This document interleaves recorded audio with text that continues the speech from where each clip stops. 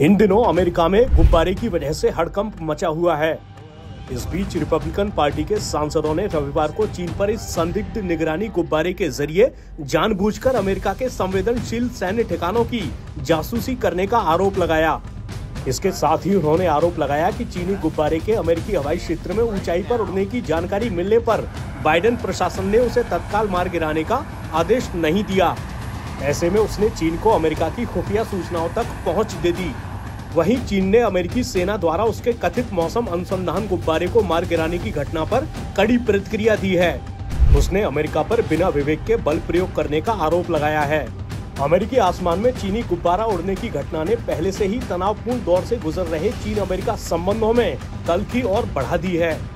आपको बता दें कि अमेरिकी सेना ने शनिवार को राष्ट्रपति जो बाइडेन के निर्देश पर चीनी गुब्बारे को उस समय मार गिराया था जब वो अटलांटिक महासागर के ऊपर से गुजर रहा था। अमेरिकी आसमान में चीनी गुब्बारा दिखने के बाद अमेरिका के विदेश मंत्री एंटनी ब्लिंकन ने शुक्रवार को अपनी बीजिंग यात्रा स्थगित कर दी थी।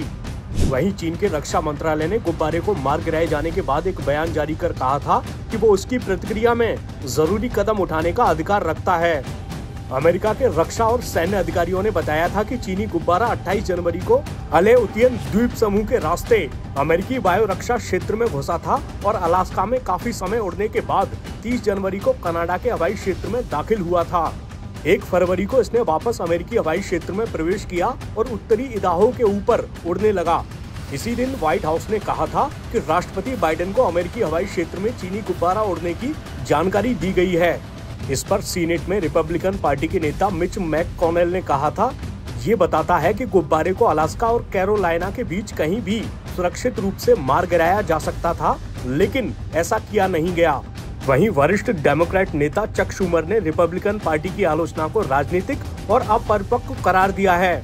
उन्होंने कहा है कि अमेरिका ने चीन को स्पष्ट संदेश भेजा है कि ये यानी गुब्बारों के जरिए निगरानी का प्रयास स्वीकार्य नहीं है। बाइडेन प्रशासन के एक वरिष्ठ अधिकारी ने दावा किया कि पूर्व राष्ट्रपति डोनाल्ड ट्रंप के प्रशासन में भी कम से कम 3 अलग अलग मौकों पर चीनी गुब्बारे अमेरिकी आसमान में उड़े थे।